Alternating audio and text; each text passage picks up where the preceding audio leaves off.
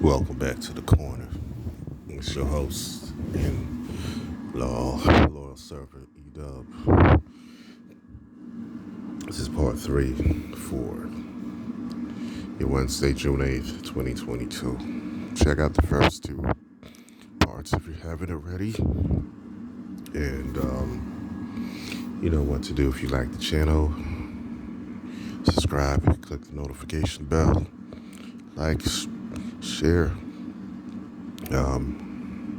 Bible I read from is Common English Version found in the YouVersion app, which is found in the App Store and Google Play.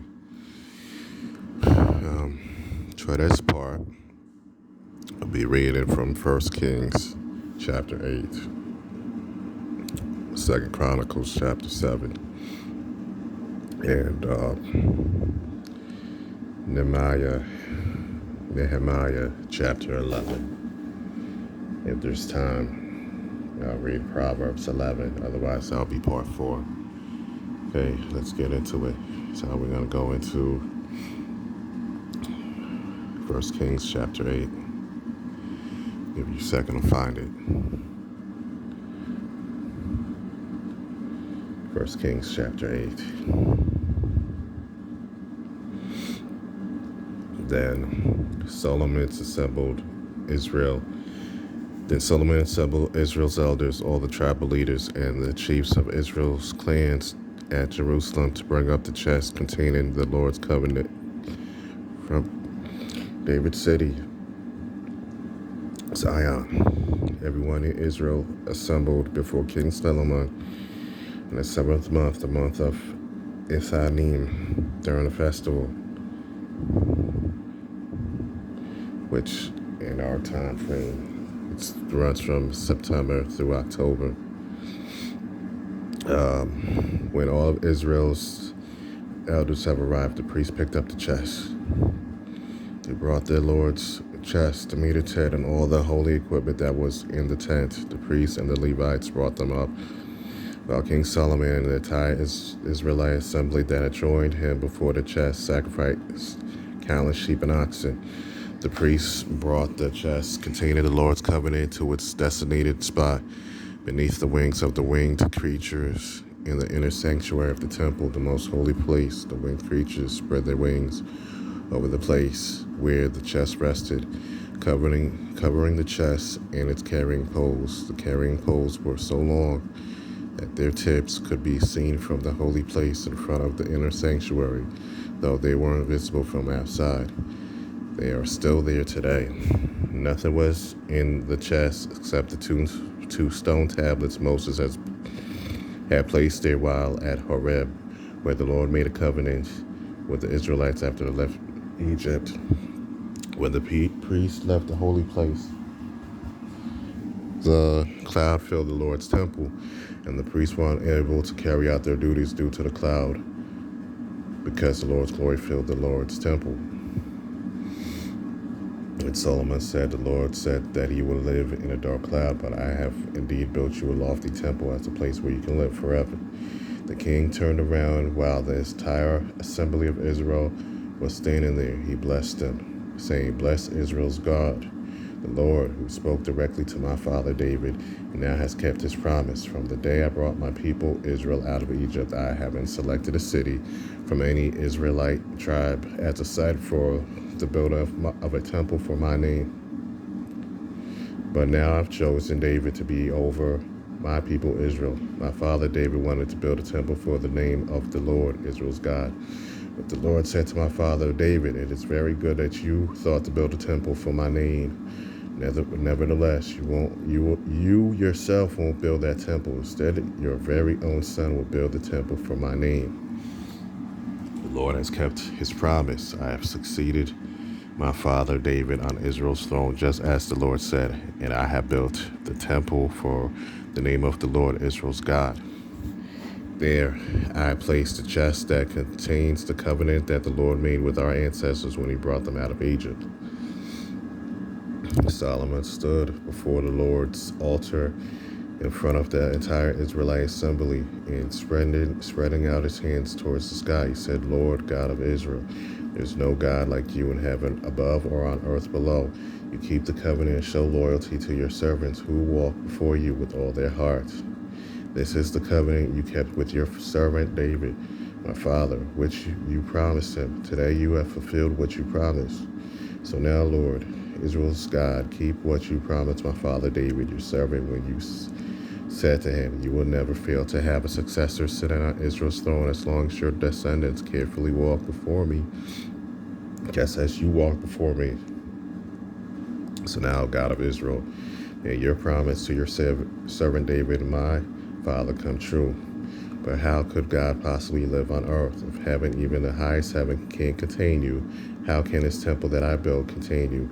Lord my God, listen to your servant's prayer and request, and hear the cry and prayer that your servant prays to you today. Constantly watch over this temple, the place about which you said, my name will be there, and listen to the prayer that your servant is praying toward this place.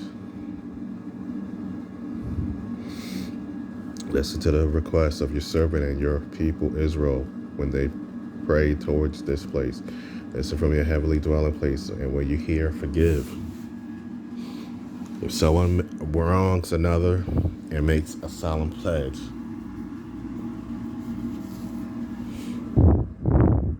asserting innocence before your altar in this temple, then listen from heaven, act and decide which of your servants is right. Condemn the guilty party, repaying them for their conduct, but justify the innocent person, repaying them for their righteousness. If your people Israel are defeated by an enemy because they have sinned against you, but then they change their hearts and lives, give thanks to your name and ask for mercy before you at this temple, then listen from heaven and forgive the sin of your people Israel. Return them to the land you gave their ancestors. When the sky holds back its rain because Israel has sinned against you, then they pray towards this place. Give thanks to your name and turn away from their sin because you have punished them for it. Then listen from heaven and forgive the sin of your servants, your people Israel. Teach them the best way for them to follow, and send rain on your land that you gave to your people as an inheritance. When there is a famine or plague in the land, or whenever there's a blight, mildew, locust, or grasshopper, or whenever someone's enemies attacks them in their cities, or any plague or illness comes, whatever prayer or petition that is made by any individual or by all of your people Israel, because people will recognize their own pain and spread out their hands towards this temple, and listen from heaven where you live. Forgive, act, and repay each person according to all their conduct, because you know their hearts. You alone know the human heart. Do this so that they may revere you all the days they live on the land that you gave to our ancestors. Listen also to the immigrants who listen from your people Israel, but who comes from a distant country because of your reputation, because they will hear of your great reputation, your great power, and your outstretched arm. When the immigrant comes and prays towards this temple, then you listen from heaven where you live and do everything that the immigrant asks. Do this so that all the people of the earth may know your reputation and revere you as your people Israel do, and recognize that this temple I have built bears your name.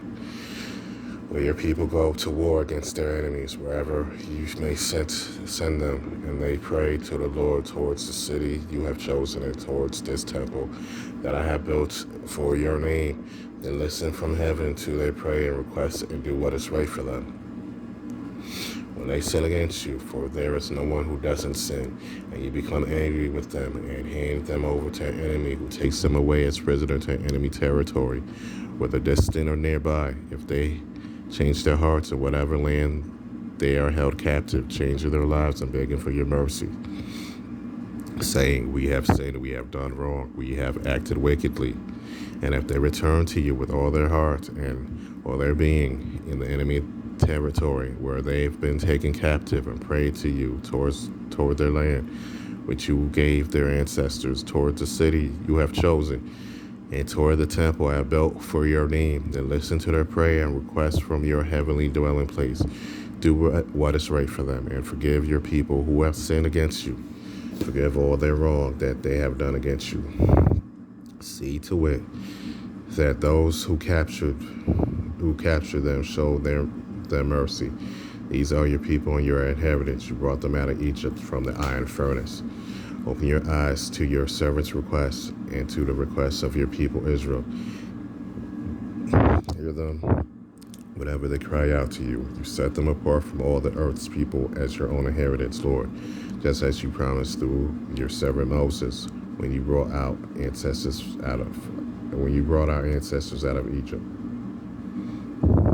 As soon as Solomon finished praying and making these requests to the Lord, he got up from before the Lord's altar. When he had been kneeling with his hands spread out to heaven, he stood up and blessed the whole Israelite assembly in a loud voice. May the Lord be blessed. He had given rest to his people Israel just as he promised. He hasn't neglected any part of the good promise he made through his servant Moses. May the Lord our God be with us, just as he was with our ancestors. May he never leave us or abandon us. May he draw our hearts to him, to walk in all his ways and observe his commandments, his laws, and his judgment, just as he gave our ancestors. And may these words of mine that I have cried out before the Lord remain near to the Lord our God day and night, so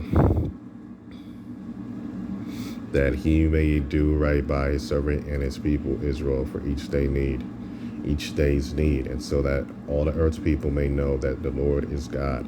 There is no other God. Now may you be committed to the Lord our God with all your heart by following his laws and observing his commands, just as you are doing right now. Then the king and all Israel with him sacrificed to the Lord. Solomon offered well-being sacrifices to the Lord, 22,000 oxen and 120,000 sheep, when the Lord and all Israel dedicated the Lord's temple. On that day, the king made holy the middle of the courtyard in front of the Lord's temple. He had to offer the entirety burnt offerings, grain offerings, and the fat of... I'm sorry, I lost my place. I'm going to start from verse 62 of 1 Kings 8.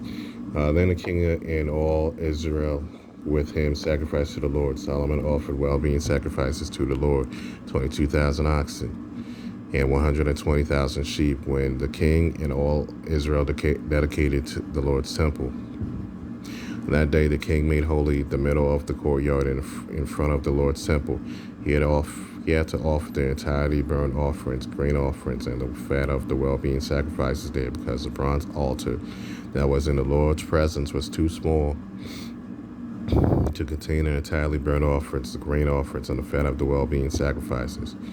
At that time, Solomon, together with all of Israel, held a celebration. It was a large assembly from Lebo Hamath to the border of Egypt. They celebrated for 7 days, and then for another 7 days in the presence of the Lord our God, 14 days in all. On the 8th day, Solomon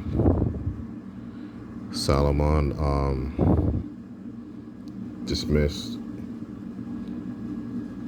the people. They blessed the king and went back to their tents happy and pleased about all the good that the Lord has done for his servant David and for his people Israel. That's 1 Kings chapter 8. Let's go to 2 Chronicles 7. Let's see if we got time. Might just have enough time for 2 Chronicles 7. I'll give you a few seconds to find it. 2 Chronicles 7. Okay. As soon as Solomon finished praying, fire came down from heaven and consumed the entirely burnt offering and the sacrifices, while the Lord's glory filled the temple. The priests were unable to enter the Lord's temple because the Lord's glory had filled the Lord's temple. All the Israelites were watching when the fire fell As the Lord's glory filled the temple, they knelt down on the pavement with their faces to the ground, worshiping and giving thanks to the Lord, saying, "Yes, God is good. Yes, God's faithful love lasts forever." Then the king and all the people sacrificed to the Lord. King Solomon sacrificed 22,000 oxen and 120,000 sheep when the king and all the people dedicated God's temple. The priests stood at their posts, as did the Levites, with the Lord's musical instruments, which King David had made for giving thanks to the Lord, saying, "Yes, God's faithful love lasts forever," and which David had used when he gave praise. Across from them, the priests were blowing trumpets while all Israel was standing. Solomon also dedicated the middle of the courtyard in front of the Lord's temple. He had to offer entirely burnt offerings and the fat of the well-being sacrifices there, because the bronze altar Solomon had made was too small to contain the entirely burnt offerings, the grain offerings, and the pieces of fat. At that time, Solomon, together with all of Israel, celebrated the festival for 7 days. It was a very large assembly that came from the Lebo Hamath to the border of Egypt. On the 8th day, there was a gathering. They had dedicated the altar for 7 days and celebrated the festival for another 7 days. On the 23rd day of the 7th month, sorry, this phone wanted to act up. On the 23rd day of the 7th month, Solomon dismissed the people to their tents, happy and content because of the goodness the Lord had shown to David, to Solomon and his people Israel. In this way, Solomon finished the Lord's temple and the royal palace. He successfully accomplished everything he intended for the Lord's temple and his own palace. Then the Lord appeared to Solomon at night and said to him, "I have heard your prayer and have chosen this place as my house of sacrifice. When I close the sky so that there is no rain, or I ordered the locusts to consume the land, or I send a plague against my people who belong to me will humbly pray, seek my face, and turn from their wicked ways, then I will hear from heaven, forgive their